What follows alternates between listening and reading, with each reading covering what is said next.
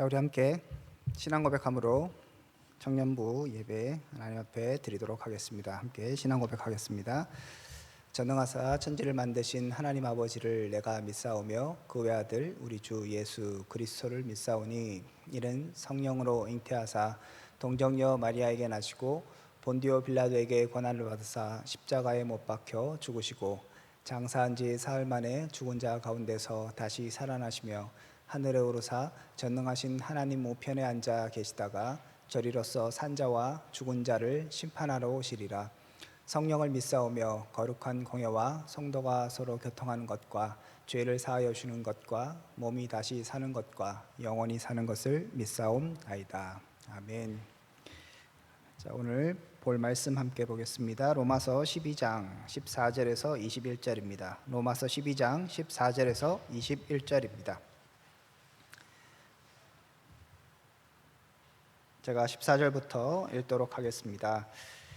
너희를 박해하는 자를 축복하라. 축복하고 저주하지 말라. 즐거워하는 자들과 함께 즐거워하고 우는 자들과 함께 울라. 서로 마음을 같이 하며 높은 데에 마음을 두지 말고 도리어 낮은 데에 처하며 스스로 지혜 있는 채 하지 말라. 아무에게도 악을 악으로 갚지 말고 모든 사람 앞에서 선한 일을 도모하라. 할 수 있거든 너희로서는 모든 사람과 더불어 화목하라. 내 사랑하는 자들아, 너희가 친히 원수를 갚지 말고 하나님의 진노하심에 맡기라. 기록되었을 때 원수 갚는 것이 내게 있으니 내가 갚으리라고 주께서 말씀하시니라. 내 원수가 줄이거든 먹이고 목마르거든 마시게 하라. 그리함으로 내가 숯불을 그 머리에 쌓아 놓으리라. 악에게 지지 말고 선으로 악을 이기라. 아멘. 자, 여러분 잘 지내셨습니까?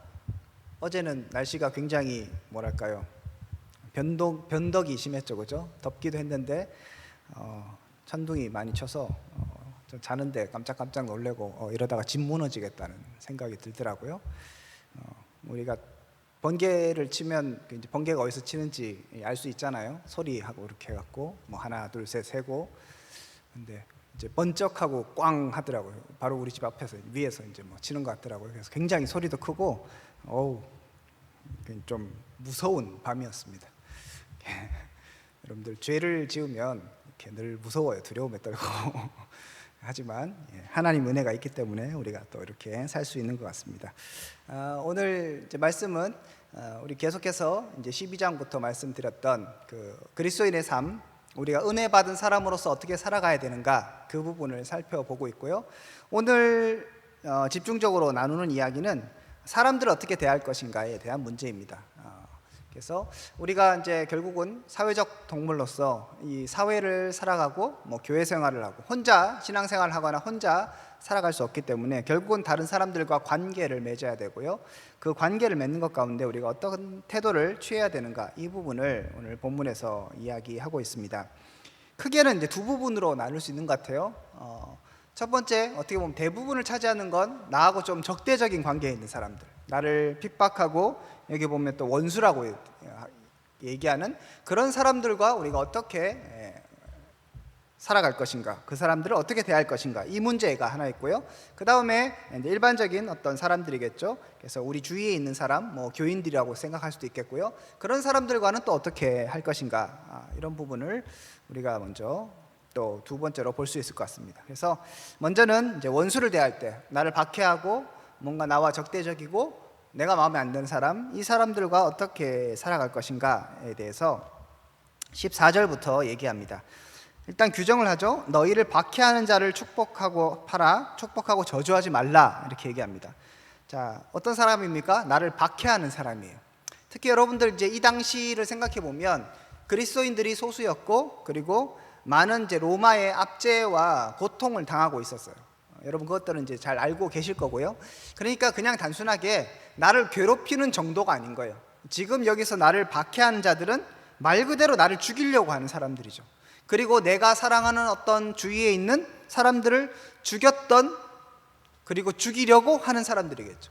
실제로 나의 생명과 나의 재산에 위해를 가하고 있는 그 사람들을 대해서 얘기하는 거예요. 그러니까 굉장히 말 그대로 생각만 해도 그 사람 생각하면 치가 떨리고 기분이 나쁘고 상대하고 싶지 않은 그 사람들에 대해서 너희들이 어떻게 할 것인가를 얘기하고 있습니다. 어떻게 하라고 얘기합니까? 축복하라고 얘기해요. 그래서 축복하라, 저주하지 말고 축복을 해라, 이렇게 얘기합니다. 그러니까 저주한다는 얘기는 여러분 아는 것처럼 하나님의 복이 그에게 임하는 것이 아니라 하나님의 저주가 임하기를 기대하면서 기도하고 그렇게 빌고 하지 말고 정말 하나님의 마음으로 그들에게 복이 임하기를 구하라 라고 얘기합니다. 이렇게 생각해 보면 순종하기가 굉장히 쉽지 않은 이야기입니다. 말씀드렸던 것처럼 우리가 단순하게 나를 좀 뭐 안 좋게 생각하고 나한테 몇 마디 욕하는 사람하고는 전혀 차원이 다른 사람이죠. 그럼에도 불구하고 그들을 축복하라고 얘기합니다. 여기도 축복하라는 거를 여러분 곰곰이 생각해 보면 하나님의 백성이잖아요. 그리고 여러분의 이제 어떤 말이나 이런 기도에는 능력이 있습니다. 그죠? 축복이라는 건 뭐냐면 내가 그냥 야 복이나 받아라 한다고 복을 받는 게 아니잖아요. 축복은 하나님으로부터 오는 거예요. 그죠? 복은 하나님으로부터. 그러니까 여기서 내가 어떤 사람을 축복한다는 건 제가 예를 들어서 청년부를 축복한다는 건 나의 권한이나 나의 능력으로 나의 어떠함으로 축복하는 게 아니라 그냥 말뿐이 아니라 하나님께 그 축복을 구해서 하나님이 그를 축복하시도록 하는 어떤 기도의 일종인 거죠. 쉽게 얘기하면. 그러니까 여러분들이 크리스찬이고 하나님을 믿는 사람이고 하나님 앞에서 그런 축복을 한다는 건 결과가 있는 거예요. 축복을 함부로 하는 게 아니고 권위 있는 사람들 축복하면 그대로 되는 거예요. 하나님 그 기도를 들어주시잖아요. 그 축복이 합당한 사람에게 하나님께서 그 축복을 내려주십니다. 이렇게 생각한다면 이 축복이라는 이 표현도 그냥 단순하게 야 뭐 복이나 받아라, 그래 잘 먹고 잘 살아라, 이렇게 얘기하는 수준이 아니라 정말 그 사람이 하나님을 통하여서 복을 받도록 빌어주는 거니까 이것도 내 마음하고는 완전히 지금 상반되는 일이라고 볼 수 있습니다. 어려운 일이죠. 17절에 보면 또 이 악한 사람들에 대해서 어떻게 대하라고 얘기하는가 하면 아무에게도 악을 악으로 갚지 말고 모든 사람 앞에서 선한 일을 도모하라고 얘기합니다. 선한 일을 도모하라, 이것까지는 알겠는데 악을 악으로 갚지 말고 선으로 갚으라고 얘기하는 것이죠. 무슨 얘기입니까? 나에게 분명한 악한 일을 했어. 박해한다는 건 분명하게 아까 얘기했던 것처럼 신앙적인 이유 때문에 나를 힘들게 하고 나의 목숨을 거두려고 하고 나의 재산 이런 것들을 이렇게 빼앗아가는 이런 부분이기 때문에 악이에요. 내가 잘못해서 혼나는 이런 차원의 문제가 아닌 것이죠. 자, 그런 부분에 있어서 분명하게 악인데 악을 악으로 갚지 말라고 얘기합니다. 이 악을 악으로 갚는다는 건 어떻게 보면 저주하는 것이고 그 다음에 그 사람을 예를 들어 뭐 조용히 싹 없앤다든지 뭐 여러 가지 방법이 있을 수 있잖아요. 테러를 한다든지 이런 방법들이 있을 수 있는데 그렇게 하지 말라는 거예요. 어떻게 보면 기독교인들이 모여서 군대를 만들고 거기에 대항하고 뭐 이런 것들도 하나의 방법이 될 수 있잖아요. 그런데 성경은 그렇게 하지 말라고 얘기하고 오히려 축복하라고 지금 이야기하고 있습니다. 또 19절에 보면 이렇게 돼 있죠. 친히 원수 갚지 말고 하나님의 진노하심에 맡기라 라고 얘기합니다. 그리고 20절에는 더 심한 얘기를 해요. 내 원수가 줄이거든 먹이고 목마르거든 마시게 하라, 이렇게 얘기합니다. 그리고 21절에 악에게 지지 말고 선으로 악을 이기라 라고 얘기합니다. 전체적으로 나를 박해하고 내 원수들에게 있어서 굉장히 선으로 대하고 축복해주고 그 다음에 악으로 행하지 말고, 그렇죠? 그 다음에 그 사람이 어떤 어려움에 당했을 때 줄이거든 먹이고 목마르거든 마시게 하라고 얘기하죠. 어려움을 당하고 뭔가 필요가 있을 때 내가 박해자에게 그리고 나의 원수에게 그렇게 채워주라고 지금 이야기하고 있습니다. 여러분 가능하겠습니까? 하긴 해야 되는데 사실 가능하지 않은 것 같아요. 저한테 그렇게 하라고 그러면 두 가지 문제가 있습니다. 여러분들도 아마 그럴 것 같은데 여러분들 스스로 한번 이 말씀을 이렇게 우리가 새겨볼 때 이스라엘 백성들에게는 굉장히 실질적인 문제, 아까 얘기했던 것처럼 진짜로 박해하는 사람도 있었고, 그죠? 자기들을 막 힘들게 하고 어렵게 하는 원수들이 있었어요. 근데 여러분은 어떻습니까? 실제로 솔직히 살아가면서 이 사람이 원수다, 마음에 안 드는 사람이 있을 수 있어요. 그런데 이 원수 같은 놈, 이런 사람이 정말 있습니까? 그리고 내가 뭐 잘못해서 혼나고 이런 거 말고 정말 나를 신앙의 이유라든지 뭐 이런 어떤 신념의 이유로 여러분을 박해하는 사람들이 있습니까? 저는 없는 것 같거든요. 그러니까 이 말씀을 이제 제가 보면서 여러분하고 또 나눠야 되고 설교를 해야 되는데 일단 우리하고 잘 안 맞아. 우리가 그렇게 막 척지고 뭐 모르겠어요. 여러분들은 이제 교회 문을 나가면 뭐 사람들 계속 때리고 막 힘들게 하고 mon수지고 이렇게 사는지 모르겠는데 겉모습은 다 이렇게 착하고 제가 봤을 때 법 없이도 살 사람들이잖아요. 그렇게 막 남에게 해코지하고 그렇지도 않은 것 같고 뭐 그렇다고 뭐 너무 막 순진하고 그래갖고 남에게 해코지를 받고 막 그렇지도 않을 것 같아요. 그런 거 보면 이 말씀을 우리에게 적용한다는 건 이렇게 되게 멀리 있는 일인 거죠.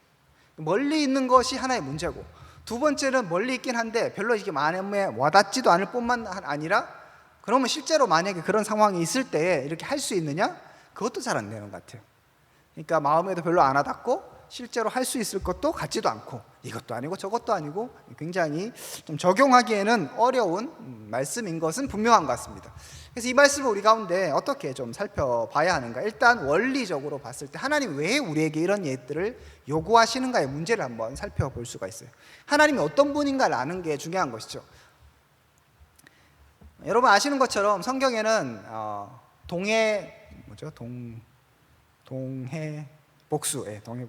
동해복수라는 게 있죠. 동해복수가 뭡니까? 내가 받은 만큼만 돌려줘라는 것이죠. 눈에는 눈, 이에는 이, 상처에는 상처, 이렇게 얘기하는 것이죠.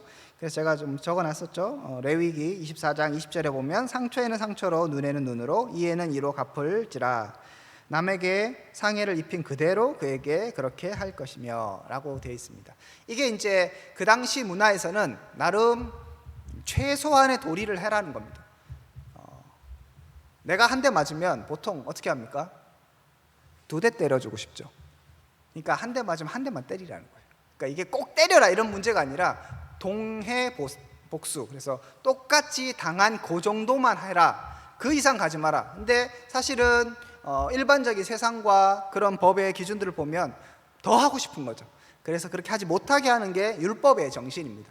최소한의 장치인 거죠. 그런데 이 율법을 넘어서서 오늘은 뭐라고 얘기하는가 하면 아까 말씀드렸던 것처럼 박해자들을 막 축복하라고 하고 악을 행하는 자들에게 악으로 갚지 말라고 얘기하고 있고, 그 다음에 원수가 줄이거든 먹이고 목마르거든 마시게 하라, 이렇게 얘기하는 것이죠. 그러니까 동해복수의 법을 더 넘어서는 겁니다.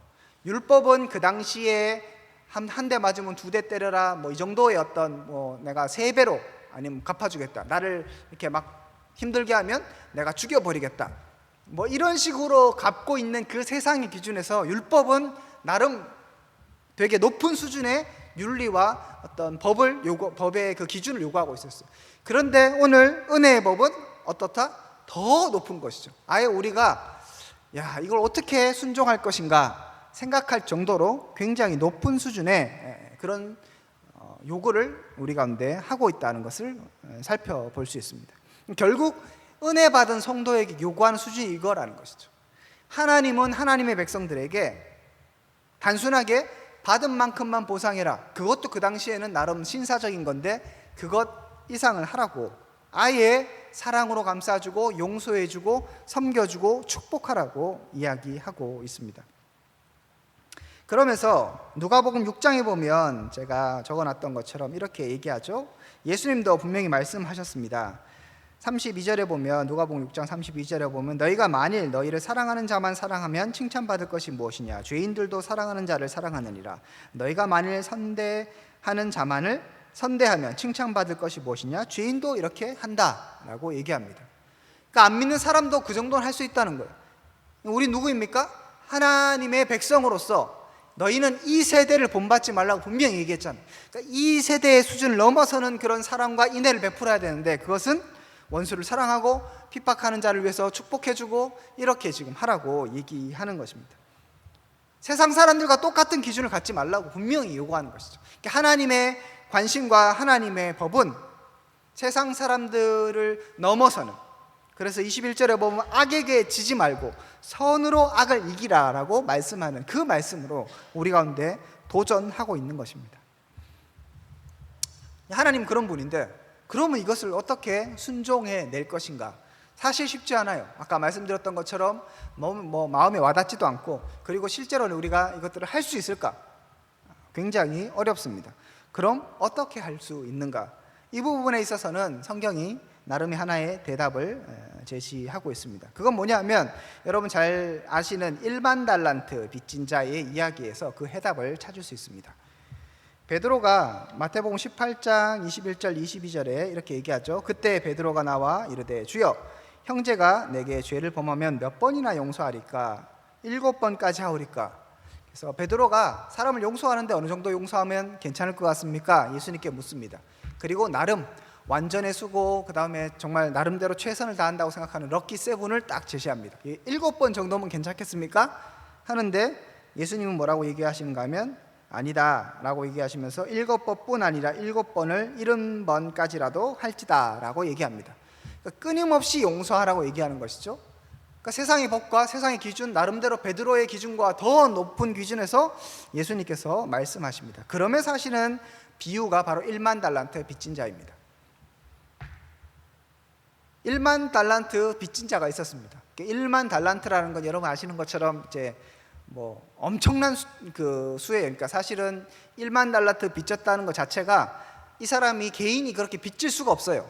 나라도 그렇게 빚질 수가 없습니다. 그 정도예요. 지금은 얘기하면 뭐 몇백조 혹은 몇천조 혹은 뭐 조를 넘어가는 그런 이제 정도의 그거라고 볼 수 있겠습니다. 여러분들이 뭐 달란트 비유에서 1달란트, 2달란트, 5달란트 아시잖아요. 1달란트 받은 자가 뭐 우리가 얼마 안 되는 것 같지만 1억, 2억 뭐 그 정도 된다고. 그러니까 금의 무게니까요. 그래서 골드바 이런 거 여러분 몇 억이잖아요. 그런 거가 1만 개가 있다고 생각하니까 엄청난 돈인 거예요. 그러니까 우리가 상상할 수 없는 그 돈인데 어쨌든 간에 그것을 빚진 자가 있습니다. 그래서 이제 주인이 야 빚 갚을 수 있습니까? 못 갚죠, 그죠? 안 됩니다. 용서해 주세요 하니까 그 주인도 대단해요. 그러니까 비유지만 그 1만 달란트를 빌려줄 수 있는 능력인 주인도 대단하고 그거를 개인이 빌려 쓰는 것도 대단하고 뭐 어쨌든 간에 자 그렇습니다. 그래서 주인이 어떻게 하는가 하면 탕감을 해줘요. 그러니까 이것도 있을 수 없는 거예요. 1만 달란트를 빚졌는데 뭐 10,000원? 오케이. 20,000원? 오케이. 친한 사이에서 100만 원? 오케이. 1만 달란트는 그렇게 할 수 없는 돈이에요. 그런데 빌려주고 또 그것을 탕감해 줍니다. 자, 1만 달란트 빚진 자가 이제 풀려나갔고 얼마나 고마웠겠어요? 그리고 집으로 돌아가는데 자기에게 100데나리온 빚진 한 사람을 만납니다. 그래서 그 사람한테 돈 내놔 또 하는 것이죠. 그랬을 때 이 이제 100데나리온 빚진 사람이 뭐라고 얘기합니까? 똑같이 얘기하죠. 나도 돈이 없습니다. 용서해 주세요 했을 때 이 1만 달란트 빚진 사람이 어떻게 그 100데나리온 빚진 사람에 대해서 어떻게 대하는가 하면 옥에 가둬버립니다. 그리고 너 이 돈 갚을 때까지 못 나와. 자 이렇게 대하는 것이죠. 그러니까 자기는 1만 달란트를 용서받고 탕감받고 100데나리온 한 데나리온이 한 하루 뭐 임금 정도라고 얘기하니까 100데나리온이면 한 100일 정도 일해야 되는 거죠. 그것도 뭐 큰 거예요. 작은 돈은 아니에요. 하지만 자기가 지금 이제 탕감받은 정도를 생각하면 충분히 용서해 줄 수 있는데 용서해 주지 않습니다. 탕감해 주지 않습니다. 그것을 1만 달란트 빚진 자의 그 주인 1만 달란트를 탕감해 준 그 주인이 듣고 어떻게 합니까? 화가 나서 다시 그 사람을 잡아들여서 너도 똑같이 당해라. 형제를 용서해야지. 너도 탕감해 줘야지. 왜 그러냐? 이렇게 얘기해 주는 것이죠. 그럼 1만 달란트 빚진 자의 그런 비유에서 중요한 것은 단순하게 돈을 갚고 안 갚고의 문제가 아니라 내가 용서를 해줬기 때문에 내가 탕감을 해줬기 때문에 너도 다른 사람들에게 그렇게 베풀면서 살아라고 얘기하는 것이 주인의 마음인 거예요. 근데 주인의 마음을 헤아리지 못한 1만 달란트 빚진 자가 다른 사람을 용서해 주지 않죠. 자, 무슨 얘기입니까? 우리가 이 사람 저 사람을 생각하면서 나에게 원수, 그 다음에 나를 어렵게 한 사람, 내가 마음에 안 드는 사람 이런 식으로 생각하면 용서하기가 어려워요. 이건 사실은 굉장히 어려운 겁니다. 그런데 하나님께서는 우리 가운데 방법을 제시해 주는 것이 네가 얼마만큼 용서받았고 네가 얼마만큼 하나님 앞에 복을 받았고 네가 얼마만큼 탕감받았는가 이것을 기억하면 충분히 용서할 수 있다고 말씀하시는 것이죠. 그러니까 관점이 다른 거예요. 내가 저 사람의 어떤 죄를 보면 용서하기 어려워요. 나에게 한 짓이 있거든요. 그 사실은 없어지지 않아요. 그죠? 자다가도 벌떡 일어날 수 있어요. 그런데 그 사람이 아니고 누구로에 집중하라고요? 하나님, 그리고 하나님이 내게 베풀어 주신 은혜를 생각하면 충분하게 용서가 가능하다라고 얘기하고 있는 것입니다. 자, 그러므로 오늘 본문에서 아까 말씀드렸던 것처럼 하나님은 우리에게 세상 사람들과 다른 정말 순종하기 어려운 더 높은 수준의 그런 윤리적 그리고 사랑을 제시하십니다. 어려워요. 그 누구도 이것이 쉽다고 얘기할 수 없습니다. 그런데 우리가 할 수 있는 유일한 방법은 무엇이다? 복음을 깨달을 때만 가능한 것이죠. 성경이 이렇게 성경이 아니죠. 이런 속담이 있죠. 곡간에서 인심난다. 뭐예요? 내가 배부르고 내가 등 따시고 내 마음이 편안하면 사람들이 좀 뭐라고 해도 용서가 돼요. 그런데 내가 막 힘들고 어제 잠도 못 자고 막 짜증나 죽겠는데 뭐 지나가다 툭 친다든지 무슨 일만 일어나면 막 화가 나서 사람들과 막 싸우고 이렇게 되는 거죠. 요즘에 코로나 시대에 사람들이 스트레스를 너무 많이 받으니까 정말 별거 아닌 일에 싸우고, 그죠? 투정 부리고, 짜증내고, 괜히 오만 사람 이렇게 어렵게 하는 이런 상황들이 발생하는 건 그 마음에 은혜가 없고 위로가 없고 뭔가 풍성함이 없기 때문이죠. 그런데 여러분, 우리는 어떤 사람입니까? 은혜를 받은 사람, 풍성함이 있는 사람, 하나님의 은혜를 받은 사람이에요. 그렇기 때문에 우리는 이 말씀을 순종할 수 있습니다. 다시 말씀드립니다. 나에게 어떤 일을 행한 그 사람을 보고는 절대 안 돼요. 그냥 요식행위일 수 있어요. 그런데 내가 하나님의 은혜를 생각하면, 내가 받은 은혜를 생각하면 충분히 가능하다. 그러므로 이 말씀은 다시 돌아가서 결국 로마서 1장부터 11장까지의 내용을 제대로 깨달은 사람만이 순종할 수 있는 말씀인 거예요. 적당히도 안 돼요. 정말 하나님의 복음이 무엇인가를 깊이 깨닫고 십자가의 사랑이 무엇인가 깊이 깨닫고, 로마서에서 계속 얘기하는 게 뭡니까? 네가 때려 죽일 죄인이라고 얘기하잖아요. 그러니까 내가 정말로 무엇을 빚졌는가, 내가 절대 용서받을 수 없는, 나를 통해서는 아무런 선도 나올 수 없다는 그 사실을 정확하게 인식했을 때, 그때 하나님의 은혜가 말 그대로 은혜로 다가오는 것처럼 용서도 다른 사람을 대하는 그것도 같은 일로 우리가 행할 수 있게 됩니다. 그러므로 여러분에게 도전합니다. 복음으로 다시 한번 새로워지기를 축복합니다. 하나님 우리 가운데 요구하시는 거예요. 이 세대와 다른 온전한 하나님의 백성으로서의 삶 어떻게 살아갈 것인가. 지금은 크게 이제 문제 없지만 여러분 직장 생활하고 하면 정말 부딪히는 일들이 더 나올 수 있어요. 그랬을 때 어떻게 나를 이렇게 박해하는, 나를 힘들게 하는 상사와 옆에 사람과 거래처 그 사람들과 내가 이 말씀에 어느 정도 그래도 순종하려고 노력하고 살 수 있을까? 그때 복음으로 돌아가야 되는 거죠. 그때 그 사람이 아니라, 그 사람이 행한 어떤 행위가 아니라, 그 사람이 나에게 했던 그 말이 아니라 다시 말씀으로 돌아가고 다시 내가 받은 은혜로 돌아가는 것입니다. 그것을 통하여 이 말씀에 순종할 수 있어야 합니다. 자, 두 번째, 이제 악인에 대해서, 나를 박해하는 사람들에 대해서는 이렇게 해야 된다면, 악에게 지지 말고 선으로 악을 이기는 것이 어떻게 보면 핵심이라면, 일반 사람들에게서는 어떻게 해야 되는가? 15절과 16절에 나와 있습니다. 즐거워하는 자들과 함께 즐거워하고 우는 자들과 함께 울라. 서로 마음을 같이 하며 높은 데에 마음을 두지 말고 도리어 낮은 데에 처하며 스스로 지혜 있는 채 하지 말라. 자, 이거는 그래도 앞에 거보다는 좀 쉬운 것 같아요. 그죠? 우는 사람, 즐거워하는 사람들과 함께 즐거워하고 우는 사람들과 함께 울라. 쉬운 것 같은데 이것도 결국은 앞에와 똑같습니다. 내가 여유가 있으면 그런 마음이 나와요. 내가 복음으로 충만하면 그런 마음이 나오는데, 사실은 내가 막 찌들어 있고 내가 힘들고 내가 지치면 다른 사람 돌아볼 여유가 없습니다. 다른 사람들과 함께 우는 게 쉽지 않아요. 그 함께 운다는 건 뭐겠습니까? 그 사람의 아픔을 내가 공감한다는 거잖아요. 그냥 분위기에서 저 사람이 우니까 아이고 나도 좀 슬프다 이렇게 해서 우는 게 아니고, 그 사람의 아픔이 나의 아픔이 될 때 울 수 있어요. 반대로 그 사람의 기쁨이 나의 기쁨이 될 때 웃을 수 있죠. 사춘이 땅을 사면 어떻게 됩니까?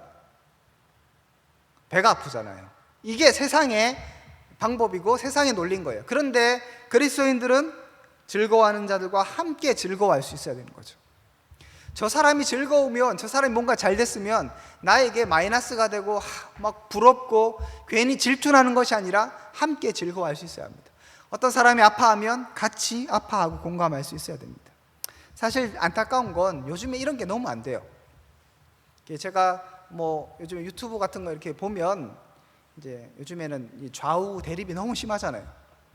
누구 얘기를 맞고 다 떠나서 짜증 나는 게 좀 마음이 불편한 게 뭐냐면, 어떤 진영이든 똑같아요. 자기가 원하는 어떤 그런 방향과 반대에 있는 사람, 이 사람들에 대해서는 너무 이렇게 함부로 까내리는 이제 경향이 있죠. 너무 말을 막 하고, 유튜브에서 그렇기도 하겠지만 그런 거 보면 듣다가도 짜증이 나요. 암만 옳은 얘기를 해도. 여러분, 우리가 그리스도인으로서 절대 그래서는 안 됩니다. 나하고 생각이 다른 거 하고, 그렇다고 해서 그 사람을 깔아뭉개고 그 사람에 대해서 인격을 모독하고, 이런 것들은 굉장히 무례한 일인 것이죠. 요즘에도 올림픽 하고 나서 괜히 쓸데없는 논쟁이 막 촉발되잖아요. 저는 그건 뭔지 잘 모르는데 중요한 건 그거예요. 왜 그러고 있느냐는 거죠. 왜 그걸 갖고 사람을 험담을 하고 그거에 대해서 전혀 옳지 않은 모습입니다. 어떤 사람이 좋은 일을, 즐거운 일이 있으면 함께 즐거워해 주는 거죠. 나하고 생각이 달라도. 아니, 원수까지도 사랑하고 섬기고 이렇게 해야 되는데, 즐거운 일이 있으면 좀 즐거워해 주면 되는 것이죠. 슬픈 사람이 있으면 같이 슬퍼해 줘야죠. 아유, 잘 됐다. 아우, 꽃이다. 나하고 생각이 달라서 그 사람이 어떻게 되면 꽃이다, 잘 됐다, 그럴 줄 알았다. 이건 하나님의 백성의 마음이 아닌 겁니다. 절대 그렇게 하시면 안 돼요, 여러분. 이것도 결국은 뭐다? 내 안에 복음이 없고, 내 안에 은혜가 없고, 내 안에 하나님이 주시는 그런 풍성함이 없기 때문에 이러한 모습이 나타나는 것입니다. 말씀을 맺습니다. 결론입니다. 오늘 말씀은 우리에게 큰 도전입니다. 그죠? 쉽지 않아요. 쉬운 것 같으면서도 어려운 말씀, 그리고 정말 어려운 말씀, 원수를 어떻게 대하는 것, 이런 것들은, 나를 박해하는 사람들을 대하는 것들은 너무나 어렵고 힘듭니다. 자, 어떻게 할 것입니까? 이를 악물고 억지로 하는 거 한두 번은 할 수 있어요. 그러다가는 여러분 미쳐요. 그러다가는 내가 막 너무 짜증이 나서 뚜껑이 날아갈 거예요. 그렇게 섬기는 것이 아니고, 그렇게 이 말씀을 순종하는 것이 아닙니다. 결국은 복음으로 돌아가야 하는 것이죠. 내 안에 복음의 능력이 있는가, 내 안에 하나님의 그 사랑이 가득한가에 대해서 다시 한번 질문하셔야 합니다. 그럴 때 이 말씀을 우리가 능히 감당할 수 있을 것입니다. 그러므로 도전합니다. 다시 복음으로 돌아가고, 다시 하나님의 말씀으로 돌아가고, 나에게 베풀어 주신 하나님의 은혜가 무엇인가 깨닫는 여러분 될 수 있기를 축복합니다. 그리고 잊었다면 다시 기억하십시오. 그러면 여러분 가운데 사랑이 넘쳐날 것이고 풍성함이 넘쳐날 것입니다. 이것을 통하여서 오늘 이 말씀까지도 지키고 행하는 우리 청년부 될 수 있기를 주님의 이름으로 축복드립니다. 함께 기도하겠습니다. 하나님, 감사합니다. 오늘 말씀을 통하여 우리가 다시 한번 복음으로 돌아가고 하나님의 은혜가 무엇인가 깨달을 수 있기를 소원합니다. 우리가 세상의 기준과 세상 사람들의 그런 눈높이가 아니라 더 높은 하나님의 눈높이에 맞춰서 살아가는 한 사람 한 사람 되게 하시고, 이 세상 가운데 악에게 지지 말고 선으로 악을 이기는, 복음으로 악을 이기는, 복음으로 이 말씀에 순종하는 한 사람 한 사람 될 수 있도록 은혜를 베풀어 주시옵소서. 이제는 주 예수 그리스도의 은혜와 하나님의 사랑과 성령님의 교통하심이 오늘 말씀을 통하여 다시 한번 이 말씀에 순종하기로 결단하고 복음에 집중하기로 결단하는 하나님의 백성들 가운데 지금부터 영원토록 함께 있을지어다. 아멘.